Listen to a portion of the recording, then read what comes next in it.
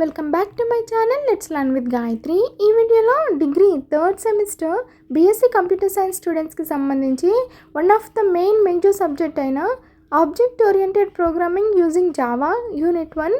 So first topic అనేది explain చేస్తాను. So ఇందులో మీకు introduction means what is Java, అసలు జావా అంటే ఏంటి, జావా ఇంట్రడక్షన్ ఏంటి, అలాగే హిస్టరీ ఆఫ్ జావా అనే క్వశ్చన్ ఎక్స్ప్లెయిన్ చేస్తాను. వీడియోని ఎక్కడ కూడా స్కిప్ చేయకుండా లాస్ట్ వరకు చూడండి. ఎవరైతే మన ఛానల్ని ఫస్ట్ టైం విజిట్ చేస్తున్నారో please to like, share and subscribe to our channel. What is Java, అసలు జావా అంటే ఏంటి? Java is a programming language. అసలు ప్రోగ్రామింగ్ లాంగ్వేజ్ అంటే ఏంటి?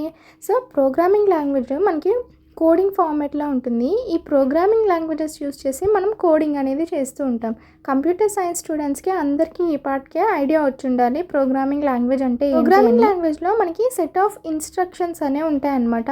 సో ఇన్బిల్ట్ ఇన్స్ట్రక్షన్స్ అనమాట. ఆ ఇన్స్ట్రక్షన్స్ని ఫాలో అవుతూ మనం కోడింగ్ చేస్తూ ఉంటాము. ఫర్ బిల్డింగ్ యాప్స్, వెబ్సైట్స్, ఇట్లాంటి డిఫరెంట్ ఫీల్డ్స్లో కోడింగ్ అనేది యూస్ చేస్తూ ఉంటాం. సో జావా అనేది మనకు ఒక ప్రోగ్రామింగ్ లాంగ్వేజ్ అనమాట.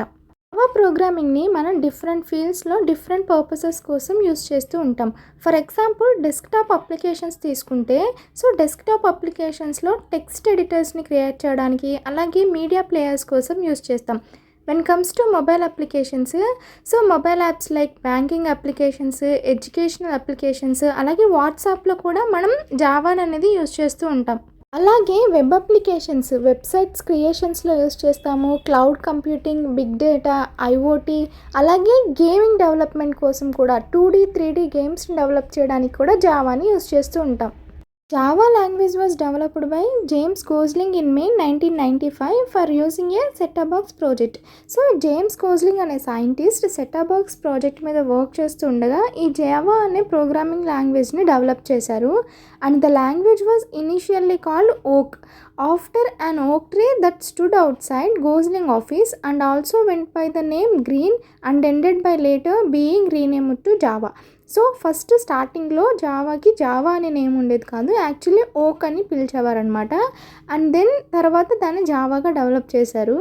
Java is a slang term for coffee. So Java అనగానే మనకి కాఫీని రిప్రజెంట్ చేస్తుంది అనమాట. సో పక్కన పిక్చర్ చూసినట్లయితే కాఫీ విత్ కప్ సింబల్ ఐకాన్ని మన జావా ప్రోగ్రామింగ్కి అసైన్ చేశారనమాట. ఇనీషియల్గా మనకి స్టార్టింగ్లో బి లాంగ్వేజ్ ఉండేదన్నమాట. సో బి లాంగ్వేజ్ నుంచి సి లాంగ్వేజ్ని డెవలప్ చేశారు. సి నుండి C++, అలాగే C++ లాంగ్వేజ్ని యూస్ చేసుకొని జావా లాంగ్వేజ్ని డెవలప్ చేశారు. Even though C is general purpose language, its complexity increases once project size reaches certain size. So C language general purpose language. So అన్ని పర్పసెస్కి use అయినా సరే, so మన ఇంకా complexity వల్ల వేరే లాంగ్వేజ్ అనేది డెవలప్ చేయాల్సి వచ్చిందనమాట. సో అందుకని జావా లాంగ్వేజ్ని డెవలప్ చేశారు. జావా అనేది మనకి object oriented programming language which means, so ఇక్కడ క్లాసెస్ అండ్ ఆబ్జెక్ట్స్ మీద డిపెండ్ అయి ఉంటుందన్నమాట ప్రోగ్రామింగ్ లాంగ్వేజ్ అంతా కూడా. So classes and objects concept ఉండడం వల్ల మనకి ఏదైతే ప్రోగ్రామింగ్లో వచ్చే కాంప్లెక్సిటీ అని ఉందో, సో ఆ కాంప్లెక్సిటీ అనేది తగ్గించుకోవడానికి అవకాశం అనేది వచ్చింది. Object oriented programming language shortly called oops concept అని అంటారు. So oops method help us to organise complex programs through encapsulation, inheritance and polymorphism. Oops కాన్సెప్ట్లో మనకి ఏముంటుందంటే ఎన్క్యాప్సులేషన్, ఇన్హెరిటెన్స్, పాలిమార్ఫిజం అని డిఫరెంట్ టైప్స్ ఆఫ్ కాన్సెప్ట్స్ అనేవి ఉంటాయి. సో వీటి వల్ల ప్రోగ్రామింగ్ యొక్క కాంప్లెక్సిటీ అనేది చాలా తగ్గిపోయింది అండ్ మనకి కోడింగ్ చేయడానికి కూడా చాలా ఈజీగా ఉందన్నమాట. ఎగ్జామ్లో మీకు what is Java and history of Java అని 5 మార్క్స్ క్వశ్చన్ అనేది ఉంటుంది. సో ఈ 2 క్వశ్చన్స్లో ఏ క్వశ్చన్ అడిగినా సరే ఇంతవరకు ఆన్సర్ రాస్తే సరిపోతుంది. అప్కమింగ్ వీడియోస్లో నేను యూనిట్ 1కి సంబంధించి ఈచ్ అండ్ ఎవ్రీ టాపిక్ కూడా ఎక్స్ప్లెయిన్ చేస్తాను, విత్ నోట్స్ కూడా ప్రొవైడ్ చేస్తాను. మన ultimate goal is to gain subject knowledge అనమాట. సో సబ్జెక్ట్ మీద నాలెడ్జ్ అనేది ఉండాలి at the end. For more videos like this don't forget to like, share and subscribe to our channel. Thank you for watching.